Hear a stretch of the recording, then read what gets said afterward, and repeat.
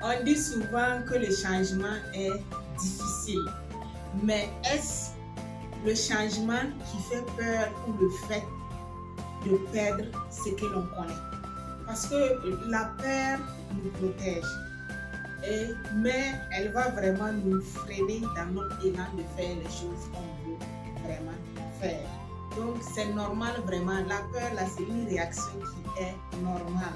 Parce que notre cerveau, il aime ce qui est prévisible, il aime ce qui est familier. S'il ne connaît pas, il va pas nous laisser faire parce qu'il aime le familier tout simplement parce qu'il est rassuré. Il sait que ça c'est bien. Mais quand c'est pas familier, il n'aime pas. Donc, il va essayer de nous protéger. Mais le fait qu'on va rester vraiment dans cette zone de confort, cette zone qui est confortable mais qui n'est pas épanouissante, ça va nous empêcher vraiment d'aller explorer de nouvelles opportunités.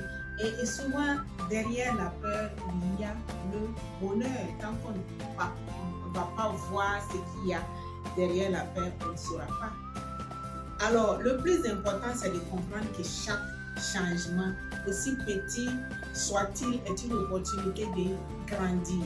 Donc, de lâcher prise, d'accepter l'incertitude, c'est là que l'on trouve vraiment notre véritable puissance. C'est là qu'on va savoir de quoi on est capable. Alors, comment dépasser cette peur? Alors, la première étape, c'est qu'on va identifier la peur.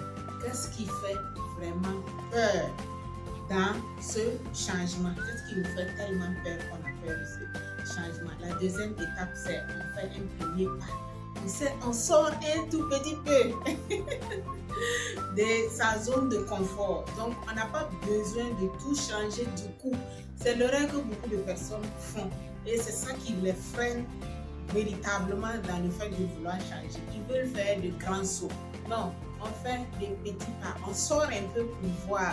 Donc, quand on va sortir un peu et que le cerveau sera familier à cette zone-là, on ressort encore un tout petit peu pour vraiment le familiariser davantage à cette zone-là. Et c'est comme ça qu'on va vraiment réussir notre changement. Et enfin, on se rappelle que on n'est pas seul.